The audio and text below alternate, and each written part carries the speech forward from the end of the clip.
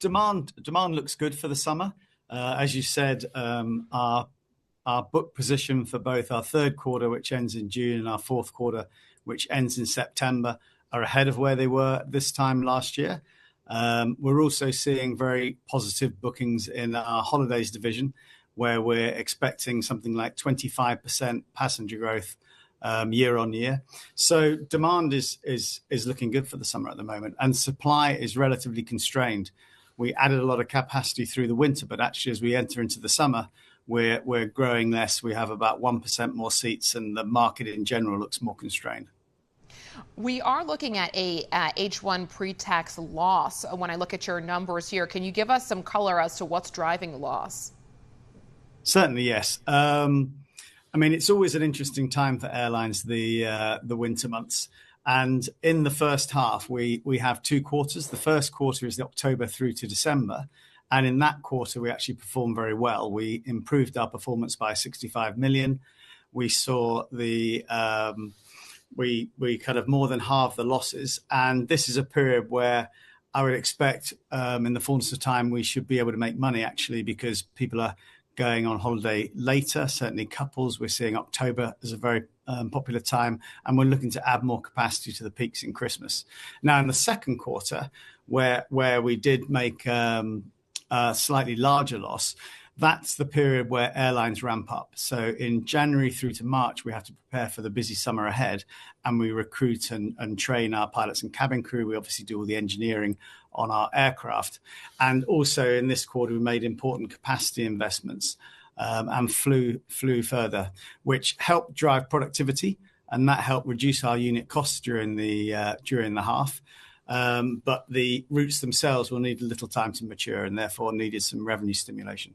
Kenton, it's Karen jumping in. I'm dying to ask you more about demand, but you keep saying capacity constraints, so I'm just going to go there. We know there's been a lot of supply chain issues with the airlines, with the aircraft itself, but of course, when it comes to landing slots, that's another issue. What are the capacity constraints you're dealing with today, and how soon can they be corrected?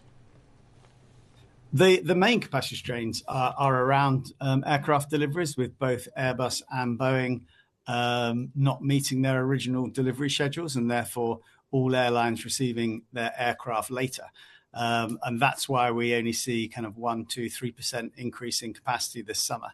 But we can see from the surveys we conduct that the demand's there. I mean, we conducted a recent survey, and 90% of households confirm that the holiday was one of the most important plans they make for the year, unsurprisingly. But equally, almost the same number confirmed that it was their number one priority spend after obviously meeting the responsibilities of rent, mortgage, bills, etc. It was the number one priority spend, and that's up from 77% last year.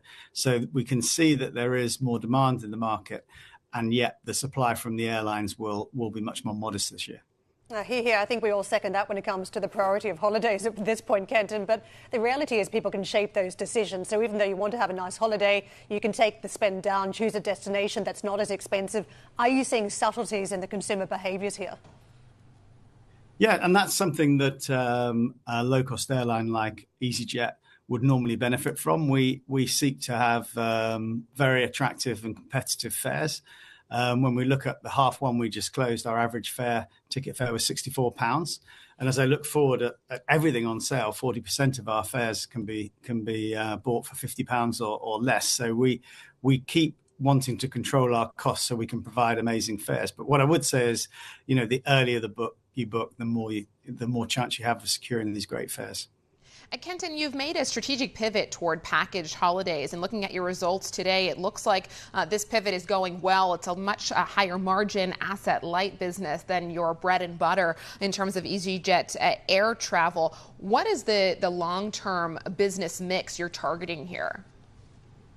Well, at the moment, the holidays business, we have what we call an attachment rate, which means on international flights, so excluding our domestic flights, only at the moment 6.4% of our customers actually choose the accommodated option, if you like, the holiday package. So we see quite a lot of potential for this business going forward. We've increased our market share, though, in the UK from 7% to closer to 9 to 10%. But we know that the market leaders Jet2 and TUI have 36% share between them. So we've got some road in front of us, but it's increasing.